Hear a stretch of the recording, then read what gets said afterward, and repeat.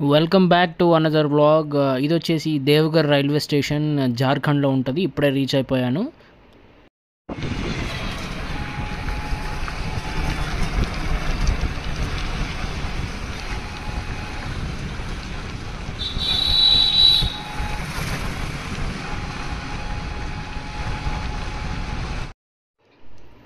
So railway station నుంచి నేను డోర్మెటరీ book చేసుకున్నాను. దగ్గర ఒక 4 to 5 కిలోమీటర్స్ వస్తుంది. మనము ఇట్లా ఈ రిక్షాలో రావచ్చు అక్కడికి. సో ఫైనల్గా ఈ ప్లేస్కి అయితే రీచ్ అయిపోయాను, డోర్ రూమ్కి. ఇక్కడ వచ్చేసి టోటల్గా ఓపెన్ బెడ్స్ ఉన్నాయి, డోర్ రూమ్ లాగా కాకుండా. చాలా పీస్ఫుల్గా ఉంది. సో ఈవినింగ్ వచ్చేసి మేము ఇక్కడ సైట్ సీన్స్ చూడడానికి అయితే వచ్చేసినాం. Welcome back to Bunny vlogs from Deoghar. ఈ ప్లేస్ వచ్చేసి మనకు జార్ఖండ్లో ఉంటుంది. సో మెయిన్గా ఇక్కడ స్పెషాలిటీ వచ్చేసి జ్యోతిర్లింగం, బాబా బైద్యనాథ్ జ్యోతిర్లింగం ఇక్కడ ఉంటుంది. సో జ్యోతిర్లింగాన్ని దర్శనం చేసుకొని చుట్టుపక్కల ఉన్న ప్రదేశాలని కొంచెం ఎక్స్ప్లోర్ చేయడానికి గయా నుంచి అయితే ఇక్కడికి వచ్చేసిన. గయా నుంచి ఇక్కడికి రావడానికి బస్ ఫెసిలిటీ ఉంటుంది. కాకపోతే ఏంటంటే మీకు చాలా లాంగ్ డ్యూరేషన్ తీసుకుంటుంది బస్ ఫెసిలిటీ. మీకు వందే భారత్ ట్రైన్ అయితే అవైలబుల్ ఉంటుంది గయా టు డైరెక్ట్ దేవ్గర్ జంక్షన్కి. అక్కడ నుంచి జస్ట్ ఒక 1-2 కిలోమీటర్స్, రైల్వే జంక్షన్ నుంచి 1-2 కిలోమీటర్స్లో మనకు టెంపుల్ అయితే ఉంటుంది, బాబా బైద్యనాథ్. సో దర్శనం చేసుకొని చుట్టూ ఉన్న ప్రదేశాలు చూడవచ్చు. హాఫ్ డేలో కూడా అయిపోతుంది. బట్ నేను వచ్చేసి ఆఫ్టర్నూన్ వచ్చా కాబట్టి మళ్ళీ నాకు రేపు ఆఫ్టర్నూను నాకు ట్రైన్ ఉంది, same Vande Bharat. So next డెస్టినేషన్కి book చేసుకున్నా వందే భారత్. ఎందుకంటే అదొకటే ఆన్ టైం పోతుంది వందే భారత్. వేరే ఏ ట్రైన్ ఎక్కినా కూడా మెల్లిగా మధ్యలో దాన్ని ఏమంటారు, క్రాసింగ్స్ కానీ వెయిటింగ్స్ కానీ చాలా ఉంటుంది, చాలా వెయిట్ చేయాలి. అందుకని చెప్పేసి వందే భారత్ బెటర్ అని చెప్పేసి చేసుకున్నా. సో ఇక్కడ ఏమేమి ప్లేసెస్ ఉన్నాయో టోటల్ ఎక్స్ప్లోర్ చేద్దాం. ఈ ఫస్ట్ వచ్చేసి నేను నవలఖా టెంపుల్ దగ్గర నుంచి అయితే స్టార్ట్ చేసిన. ఇది వచ్చేసి జస్ట్ ఒక tourist attraction, only for normal visiting purpose and photo clicking purpose. ఇది వచ్చేసి యాన్షియంట్ టెంపుల్ కాదు, ఆర్టిఫిషియల్ బిల్డ్ చేశారు టోటల్గా. సో అండ్ వచ్చేసి మనకు యాన్షియంట్ టెంపుల్ అంటే జ్యోతిర్లింగం ఒకటే ఇక్కడ, అండ్ ఇంకా ఫ్యూ టెంపుల్స్ కూడా ఉన్నాయంట. సో అవైతే ఎక్స్ప్లోర్ చేయడానికి నేను ప్రయత్నిస్తాను. And let's explore the temple. మేము వచ్చింది ఈవినింగ్ టైం కాబట్టి అంతగా క్రౌడ్ ఏం లేదు, అండ్ సీజన్ కూడా కాదు కాబట్టి చాలా మోడరేట్గా ఉంది. ఈవినింగ్ పీస్ఫుల్గా మీరు ఎక్స్ప్లోర్ చేసుకోవచ్చు దగ్గర ఉన్న సైట్ సీన్స్ అన్నిటిని కూడా.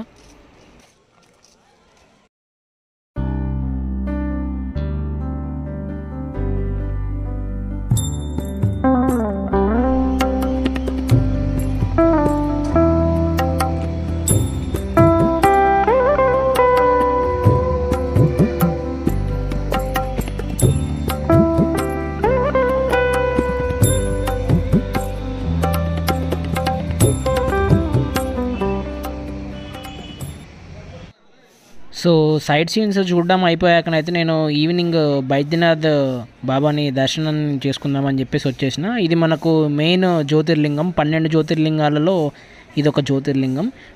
నైట్ మీకు హారతి ఉంటుంది ఈవినింగ్ టైంలో ఇక్కడ 7:38 ఆ టైంలో, అండ్ ఎర్లీ మార్నింగ్ 4 AM మీరు దర్శనానికి లైన్కి రావచ్చు.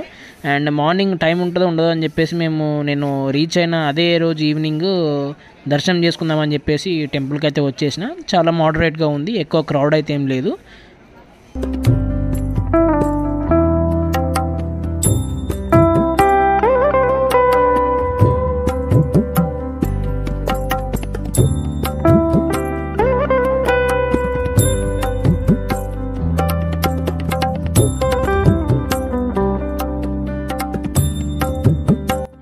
సో దర్శనానికి వెళ్దామని అయితే చెప్పేసి ఇక్కడ వచ్చేసిన లైన్లోనైతే వెయిట్ చేస్తున్నా. దగ్గర 1/2 hour అయింది. నాకు తెలిసి ఎక్కువ టైం తీసుకోదు దర్శనం కూడా, 1-1.5 hourలో అయిపోతుందని చెప్పేసి చెప్తున్నారు.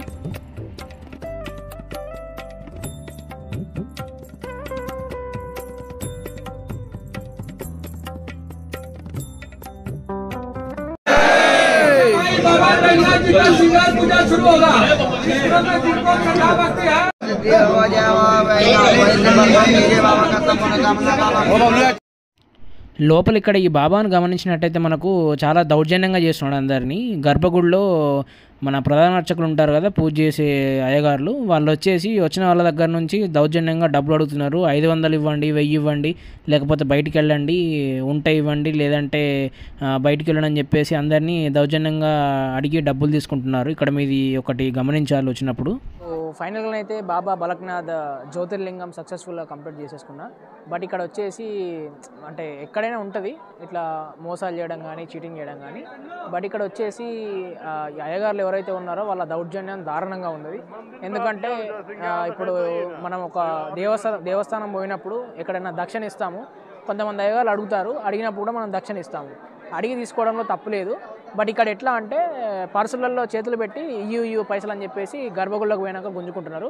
సో ప్రజలారా ఖచ్చితంగా గమనించండి, ఇట్లాంటి దౌర్జన్యం మీ దగ్గర కూడా జరుగుతూ ఉంటుంది. ఎప్పుడైనా బాబా బలక్నాథ్ జ్యోతిర్లింగాన్ని విజిట్ చేస్తే సో ఇట్లాంటి దృష్టిలో పెట్టుకొని మీరు కొంచెం జాగ్రత్త పడండి. లోపల ప్రధాన అర్చకుడు ఏమంటున్నాడంటే పూజ చేసేటప్పుడు అందరినీ 500 రూపాయలు అడుగుతున్నారు. లేని వాళ్ళ పరిస్థితి ఎట్లా, 100 ఇస్తే శివుడు తీసుకోడు అంటున్నాడు. శివుడు నాకు చెప్పిండు అట్లా, నాకు డౌటు, శివుడు నాకు చెప్పిండు నేను తీసుకోను 100 రూపాయలు అని చెప్పేసి అని అంటున్నాడు. గర్భగుళ్ళు అట్లనే అంటున్నాడు, మన శివుడు తీసుకోవడం 100 రూపాయలు, 500 తక్కువ తీసుకోవడం అని చెప్పేసి మాట్లాడుతున్నాడు. 500 ఇచ్చిన వాళ్ళు ఉండాలి, లేకుంటే మిగతా వాళ్ళందరూ బయటికి వెళ్ళాలని చెప్పేసి చాలా దౌర్జన్యంగా మాట్లాడుతున్నాడు. ప్రతి ఒక్క వీడియో నేను రికార్డ్ చేసిన. లోపల ఎట్లాంటి మెయింటెనెన్స్ లేదు. అండ్ వచ్చేసి మన సౌత్ సైడ్ ఎట్లా మెయింటెనెన్స్ ఉంటాయో జ్యోతిర్లింగాలకి ఇక్కడ అసలు మెయింటెనెన్స్ లేదు. మొబైల్ స్టోరేజ్కి లేదు, చెప్పులు పెట్టడానికి లేదు, అసలు మెయింటెనెన్స్ అనేది ఏం లేదు. అన్నింటికి మీరే టేక్ కేర్ తీసుకోవాలి, మీరే జాగ్రత్త పడాలి. సో ఎందుకు చెప్తున్నా అంటే చాలామందికి జ్యోతిర్లింగాలు విజిట్ చేయాలని చెప్పేసి ఒక థీమ్ ఉంటుంది నాలాగే. సో అట్లాంటప్పుడు ఇక్కడికి బాబా బలక్నాథ్ జార్ఖండ్ దేవ్ఘర్ వచ్చినప్పుడు వాళ్ళు జాగ్రత్త పడాలి. ఇక్కడ ఉన్న పూజార్లతోని కొంతమంది డూప్లికేట్ అంటే పండిట్లాగా పూజార్లాగా వేషం వేసుకొని కూడా వచ్చి మీకు ఫ్రీ దర్శనం చేపిస్తాము, పూజ చేపిస్తాము అని చెప్పేసి 500-1000 రూపాయలు నొక్కేస్తున్నారు. అది మాత్రం ఖచ్చితంగా ప్రజలారా మీరు గమనించాలి. ఇట్లాంటి ప్లేసెస్కి వచ్చినప్పుడు చాలా మోసాలు జరుగుతూ ఉంటాయి. ₹1 ఎవ్వరికి ఇవ్వద్దు. నన్ను అడిగితే అయ్యగారికి ఇచ్చే బదులు అట్లా అయ్యగారికి ఇవ్వచ్చు, ఇవ్వదని కాదు, అట్లా దౌర్జన్యం చేసే అయ్యగారులు ఉంటారు కదా, వాళ్ళకి ఇచ్చే బదులు 500-1000 రూపాయలు బయట నీడీ ఉన్న పీపుల్కి ఇచ్చినా కూడా మీకు దేవుడు బ్లెస్ చేస్తాడు. సో ఇది మాత్రం ఖచ్చితంగా దృష్టిలో పెట్టుకొని మీరు నడుచుకోవాలని చెప్పేసి నేను ప్రతి ఒక్కరిని కోరుకుంటా ఉన్నా.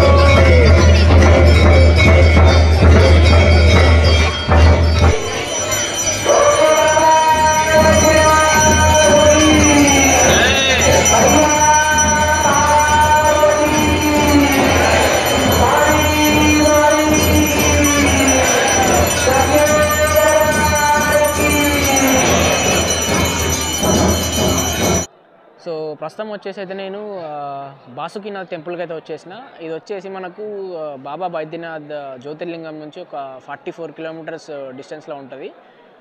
ఇక్కడ కూడా వచ్చి పూజలు చేసుకోవచ్చు, అభిషేకాలు చేసుకోవచ్చు. దీని స్టోరీ అనేది నేను మీకు ఎక్స్ప్లెయిన్ చేస్తాను బ్యాక్గ్రౌండ్లో. అండ్ ఆన్ ది వేలో అంటే బ్యాక్ మనం బైద్యనాథ్ వెళ్ళేటప్పుడు మిడిల్లో త్రికూట పర్వతం అని చెప్పేసి ఒకటి ఉంటుంది. అక్కడ మీరు ఒక రోప్ వే లాంటిది ఎక్స్పీరియన్స్ చేయవచ్చు. అది కూడా మీకు చూపించడానికి ట్రై చేస్తా. సో ఇక్కడ టెంపుల్ అయితే చాలా చిన్నగా ఉంది, same as like Baidyanath temple స్ట్రక్చర్లోనే దీన్ని బిల్డ్ చేశారు. బట్ బైద్యనాథ్ వచ్చేసి మనకు మెయిన్ జ్యోతిర్లింగం కాబట్టి అందరూ అక్కడ దర్శనం చేసుకొని అక్కడ నుంచి అటే వెళ్ళిపోతూ ఉంటారు. బట్ ఒక 1 డే టైం దొరికితే కనుక మీరు వచ్చేసి ఇక్కడ టోటల్గా ఎక్స్ప్లోర్ చేసుకోవచ్చు. 1 డే ఇస్ ఎనఫ్ ఇక్కడ కవర్ చేసుకోవడానికి టోటల్గా.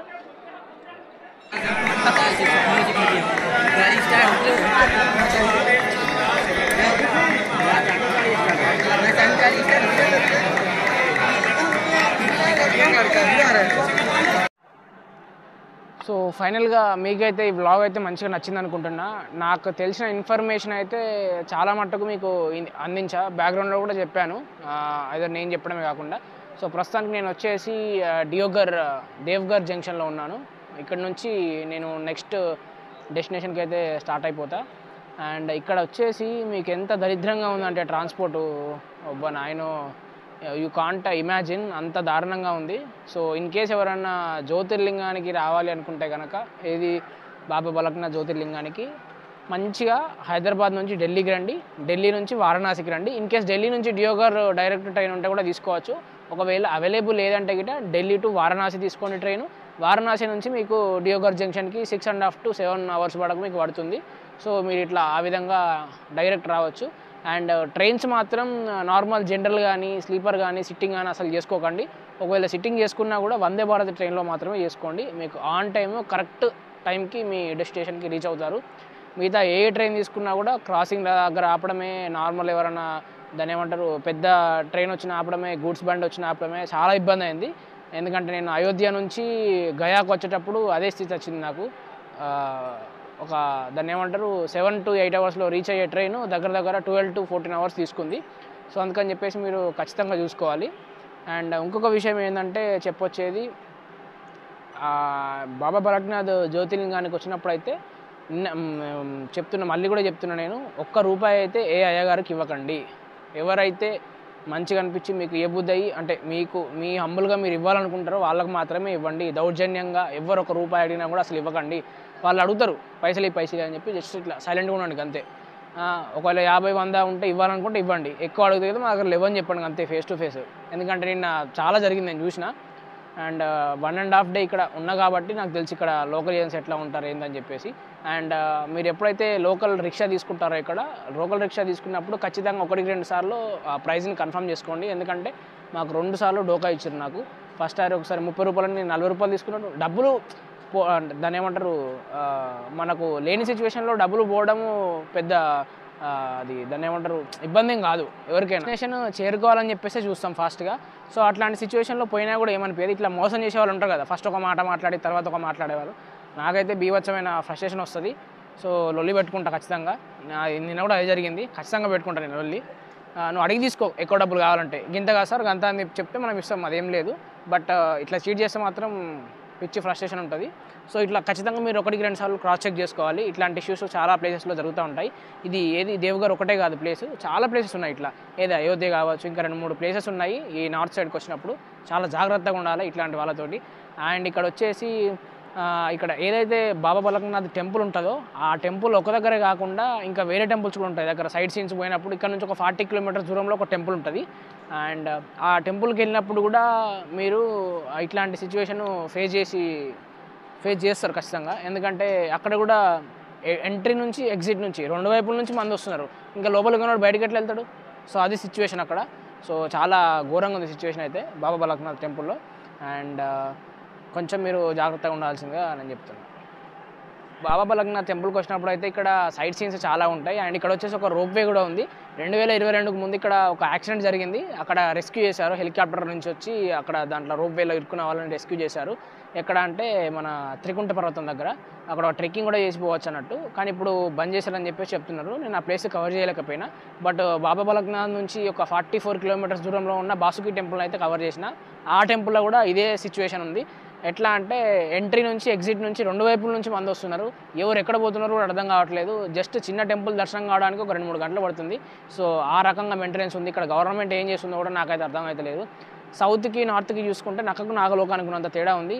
200% మన మేనేజ్మెంట్ బెటర్ అని మీరు అనుకుంటారు. ఇట్లాంటి ప్లేసెస్ని విజిట్ చేసినప్పుడు మనం ఇంకా కొంతమంది గులుతూ ఉంటారు మన స్టేట్లో. ఇక్కడ సౌత్ తెలంగాణ, ఆంధ్ర, మన తమిళనాడు కొన్ని స్టేట్లో ఇంకా వాళ్ళు ఏమైనా ఫీల్ అవుతూ ఉంటారు, మెయింటెనెన్స్ చేయట్లేదు, అది చేయట్లేదు, ఇది చేయట్లేదు అని. బట్ ఎవరైతే అట్లా అనుకుంటూ ఉంటారో వాళ్ళు ఒక్కసారి నార్త్కి వచ్చి చూడండి, ఇక్కడ ఈ ప్లేస్కి వచ్చి చూడండి. అప్పుడు మీరు రియలైజ్ అవుతారు మన ప్లేస్లు సౌత్ ప్లేస్లు ఒక 100 to 200% బెటర్ అని చెప్పేసి.